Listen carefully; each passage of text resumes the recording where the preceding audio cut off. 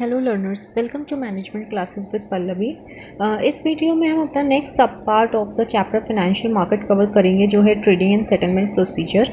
इसमें बेसिकली ये बताया गया है जो आज के टाइम में ट्रेडिंग होता है और सेटलमेंट होता है सिक्योरिटीज़ का, वो अब सब ऑनलाइन सिस्टम के थ्रू होने लगा है, सब इलेक्ट्रॉनिक मोड के थ्रू होने लगा है। जो इन्वेस्टर है वो अपने शेयर्स और या डिबेंचर्स को सेल और परचेज कर सकता है वाया इलेक्ट्रॉनिक मीडिया या वाया ऑनलाइन। ठीक है, अब पेपर वर्क रिड्यूस हो गया है इससे और ज़्यादा ट्रांसपेरेंसी आ गई है। ठीक है, अगर आप किसी ब्रोकर को भी हायर करते हैं तो वो भी जो है सारी डीलिंग्स ऑनलाइन ही करेगा। ठीक है, तो बेसिकली इसमें ये बताया गया है ट्रेडिंग और सेटलमेंट का जो भी प्रोसीजर है वो पूरा ऑनलाइन हो गया है, पूरा कंप्यूटराइज्ड हो गया है।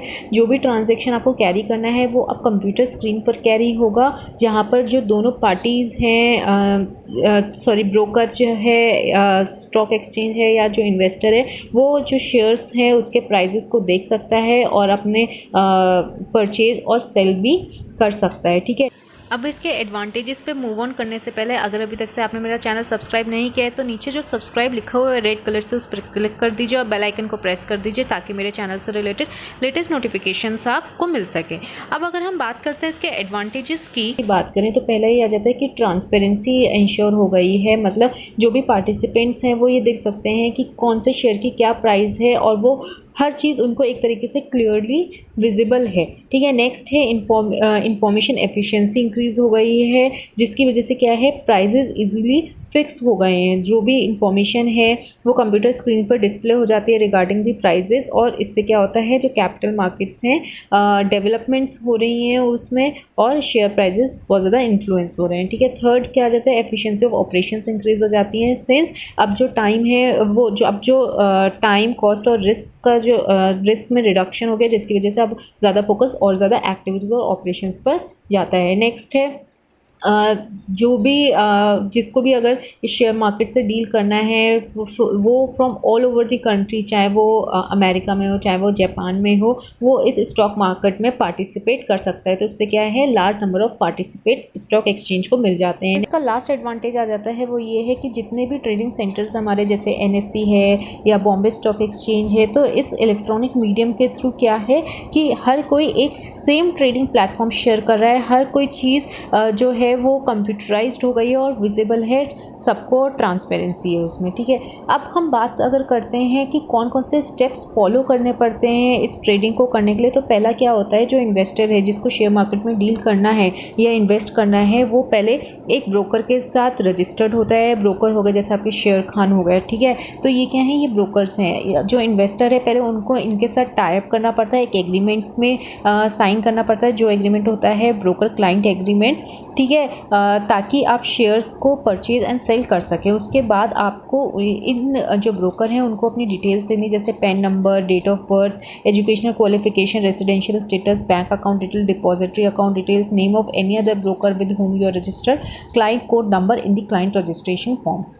ठीक है, उसके बाद जब आप ये सारी इन्फॉर्मेशन दे देते हैं तो ब्रोकर आपका ट्रेडिंग अकाउंट खोलता है आपके नेम से। ठीक है, उसके बाद इन्वेस्टर को क्या करना होता है, इन्वेस्टर को सेकंड पॉइंट में अपना डीमैट अकाउंट या बेनिफिशियल ओनर अकाउंट खुलवाना पड़ता है। ठीक है, प्लस उसको एक बैंक अकाउंट भी अपना ओपन करवाना पड़ता है ताकि उसमें कैश ट्रांजेक्शन्स वो सिक्योरिटी मार्केट से कर सके। थर्ड पॉइंट में क्या होता है, उसके बाद इन्वेस्टर को फॉर एग्जाम्पल शेयर्स खरीदने, फॉर एग्जाम्पल आइडिया के, उसके बाद वो ऑर्डर प्लेस करेगा किसके थ्रू, शेयर खान के थ्रू जो उसका ब्रोकर है। ठीक है, अब उसी के थ्रू ही वो अपने शेयर्स को बाय और सेल करेगा। ठीक है, उसके बाद वो क्लियर इंस्ट्रक्शंस देगा उस शेयर खान को कि उसको इतने नंबर ऑफ शेयर्स इस प्राइस पे उसको चाहिए। ठीक है, अब क्या है यहाँ पर उसने ऑर्डर प्लेस कर दिया तो शेयर खान जो ब्रोकर है वो उसको एक ऑर्डर कन्फर्मेशन स्लिप इशू कर देगा उस इन्वेस्टर को। उसके बाद जो ब्रोकर है वो ऑनलाइन जाएगा और जो गाइडलाइंस उसको इन्वेस्टर ने दिए कि उसको इतने शेयर्स इतने प्राइस तक में खरीदने हैं, वो ये जो उसने इंफॉर्मेशन दी है उसको मैच करेगा स्टॉक एक्सचेंज से। ठीक है, जब स्टॉक एक्सचेंज पे वो अपलोड कर देगा इन्फॉर्मेशन ब्रोकर, उसके बाद स्टॉक एक्सचेंज क्या करेगा, अगर वो मैच होता है उसका number of shares with the price, ठीक है, तो उसका जो ब्रोकर का टर्मिनल है तो एक्सचेंज उसको कम्युनिकेट करके ब्रोकर के टर्मिनल से उसको जो शेयर्स हैं वो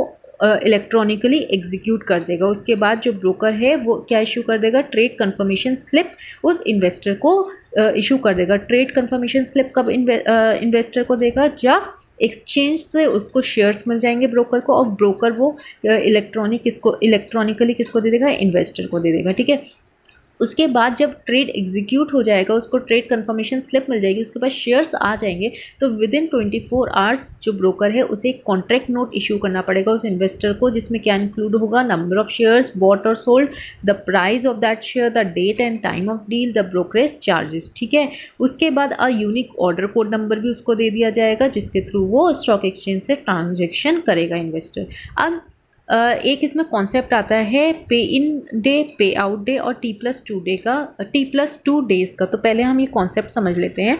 तो T+2 डेज़ का मतलब होता है ट्रेड डे प्लस 2 डेज़ और। जैसे आज मैंने परचेज़ करा तो आज कौन सा हो गया, वो ट्रेड डे हो गया। ठीक है, और उसके बाद 2 दिन एडिशनल, तो वो क्या हो गए हमारे T+2 डे। अब बात करते हैं पे इन डे और पे आउट डे। तो पे इन डे कब होता है, when the broker shall make the payment और delivery of securities to the exchange. मतलब पे इन वो किसके लिए होता है, एक्सचेंज के लिए। इस तरीके से ध्यान रखिएगा, स्टॉक एक्सचेंज के लिए वो पे इन होता है जब जैसे मैं इन्वेस्टर हूँ, मुझे कोई सिक्योरिटीज़ सेल करनी है या कैश का पेमेंट करना है, तो अब वो मैं ब्रोकर को दूंगी, और ब्रोकर जब उसको एक्सचेंज तक पहुँचाएगा तो वो क्या हो जाएगा, पे इन डे। और पे आउट डे क्या हो जाएगा, जब एक्सचेंज मतलब स्टॉक एक्सचेंज पेमेंट करेगा या सिक्योरिटीज़ को डिलीवर करेगा किसको, ब्रोकर को, और ब्रोकर वो किसको ट्रांसफ़र कर देगा, इन्वेस्टर को। तो वो क्या हो जाएगा, पे आउट डे। मतलब इस एक्सचेंज के टर्म्स में यहाँ पर बात करी गई है। एक्सचेंज के लिए पे इन मतलब जब पैसा उसके पास आएगा या शेयर्स जो सेल हुए हैं वो उसके पास आएंगे, और पे आउट डे जब एक्सचेंज पैसा देगा ब्रोकर को इन्वेस्टर के लिए, या जो शेयर्स इन्वेस्टर ने परचेज करें वो देगा ब्रोकर को इन्वेस्टर के लिए। तो इसमें जो ब्रोकर है वो हमेशा मिड पॉइंट रहेगा, इन्वेस्टर फर्स्ट पॉइंट है और एक्सचेंज थर्ड पॉइंट है। और एक्सचेंज के टर्म्स में यहाँ पे पे इन और पे आउट की बात करी गई है। अब क्या है, जैसे ही कॉन्ट्रैक्ट नोट मिलता है इन्वेस्टर को, उसी समय या तो उसको शेयर्स बेच देने हैं, या फिर उसको जो भी उसने शेयर्स परचेज करे हैं उसका कैश इमीडिएटली उसको पे कर देना है ब्रोकर को, ताकि ब्रोकर इमीडिएटली उसको एक्सचेंज तक दे सके। ठीक है, और ये जो साइकिल है ये T+2 डेज़ तक ही चलनी है पे इन और पे आउट की। मतलब जो भी पे इन और पे आउट होना है वो trade debt plus 2 extra days तक की साइकिल में ही होना है। उसके बाद जो कैश पे हो गया है और जो सिक्योरिटीज़ डिलीवर्ड हो गई है पे इन डे में, which is before T+2 day, as a deal has been settled and finalised on the T+2 day. ठीक है, उसके बाद T+2 डे पर एक्सचेंज या तो शेयर्स डिलीवर कर देगा या पेमेंट कर देगा ब्रोकर को, ताकि ब्रोकर उसको इन्वेस्टर को दे दे, और ये क्या हो जाता है, पे आउट डे। ठीक है, उसके बाद broker can make the delivery of the shares in the demat form directly to the investors demat account. वो जो भी इन्वेस्टर अपने डीमेट अकाउंट की डिटेल देगा उसी के हिसाब से जो ब्रोकर है वो या तो कैश या फिर शेयर्स जो भी इन्वेस्टर ने परचेज करे होंगे या सेल करे होंगे उसके डीमेट अकाउंट में ट्रांसफ़र कर देगा। So this is a whole process of how you can do the trading electronically with the help of a broker, जहाँ पे ब्रोकर जैसे शेयर खान हो गए, ज़िवरडा हो गए, ये आपके एज अ मीडिएटर या इंटरमीडियरी वर्क ऑन करते हैं। So that's all about today. I hope आपको वीडियो समझ में आए तो प्लीज़ लाइक करें, शेयर करें, कमेंट करें, कोई भी query, and don't forget to subscribe my channel. Thank you so much.